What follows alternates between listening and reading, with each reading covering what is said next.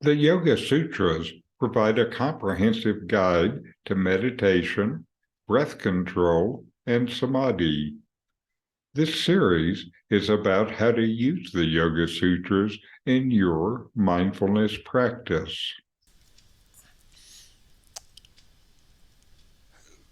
So let me talk about the Yoga Sutras. Uh, Meditation has an ancient history in India, of course, and there are early statues of meditating figures that have been found that are over 5,000 years old.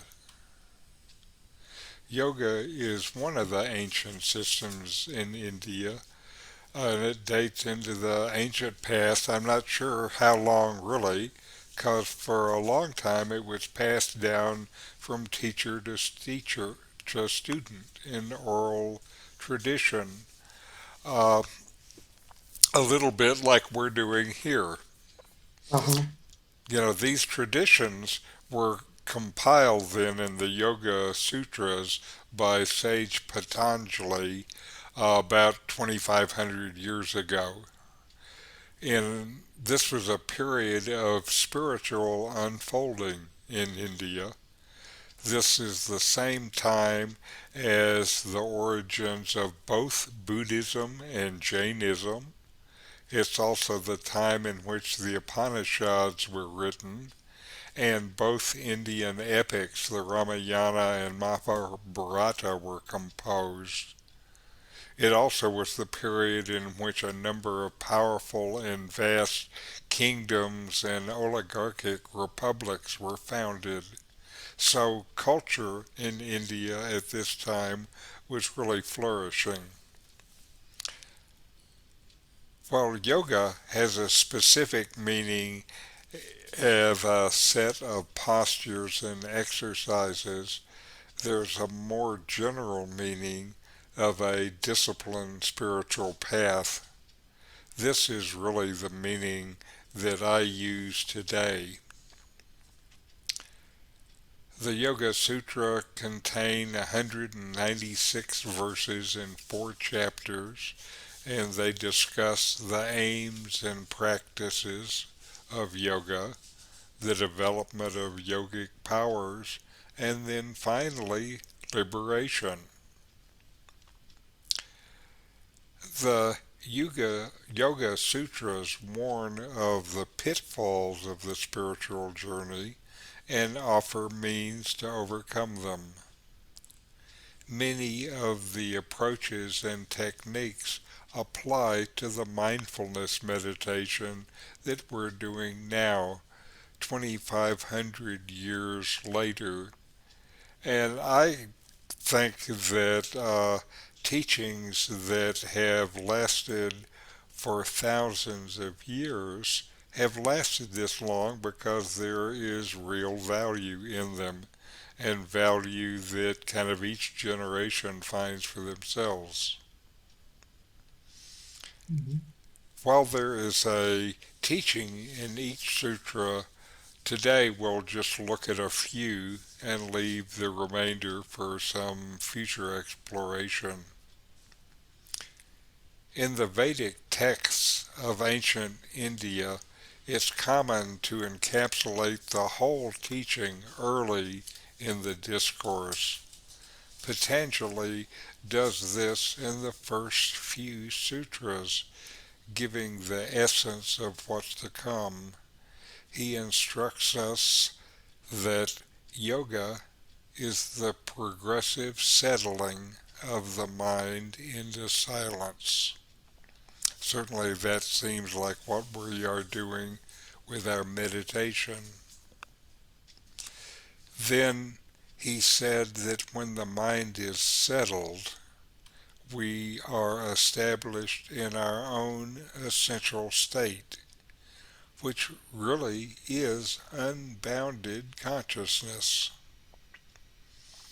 And our essential nature is usually overshadowed by the activity of the mind. That's why we don't notice this unbounded consciousness.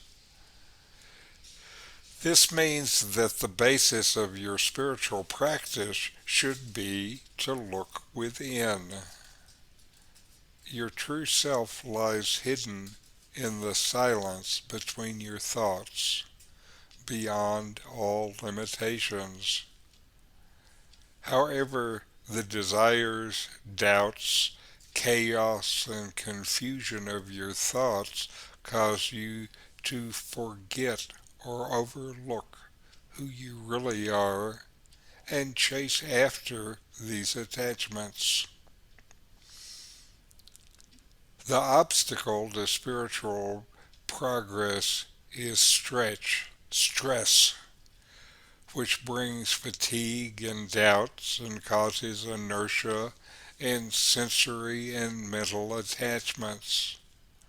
All of these, together with your internal life's conditioning, manifest as delusions, which cause you to forget who you are. By being committed to your practice, you can overcome all of these. To have a peaceful mind, you should cultivate loving attitudes, friendliness without jealousy towards those who are joyful, compassion towards those who are unhappy and less fortunate, to delight in and support the acts of the virtuous, and to be impartial to and avoid the dramas of the impure. It is the experience of many people who engage in this kind of spiritual path, the path of meditation and looking within, that their friendships change. For me, there are some people who used to be my friends, but who just live a life of these uh, dramas, and I become less interested in having them as friends, and the friends that I like the best now are really those who, like me, are looking to be able to find this peace within. It's funny how that changes. The fruit of wrong action is sorrow, says Patanjali. The fruit of right action is joy. I like that fruit. You must take the fruit, or excuse me, you must take responsibility for your thoughts, words, and deeds by living consciously. The Yoga Sutras are a path of purification, refinement, and surrender. The causes of your suffering are probably from the following.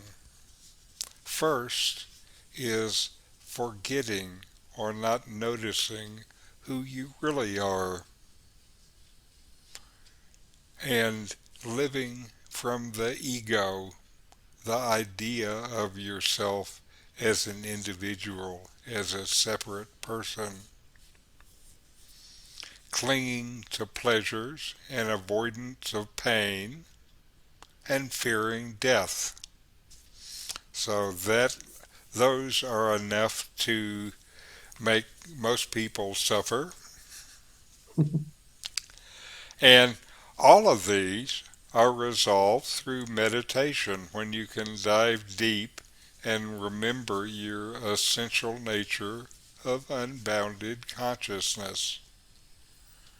You want deeper meditation, more peace, more happiness.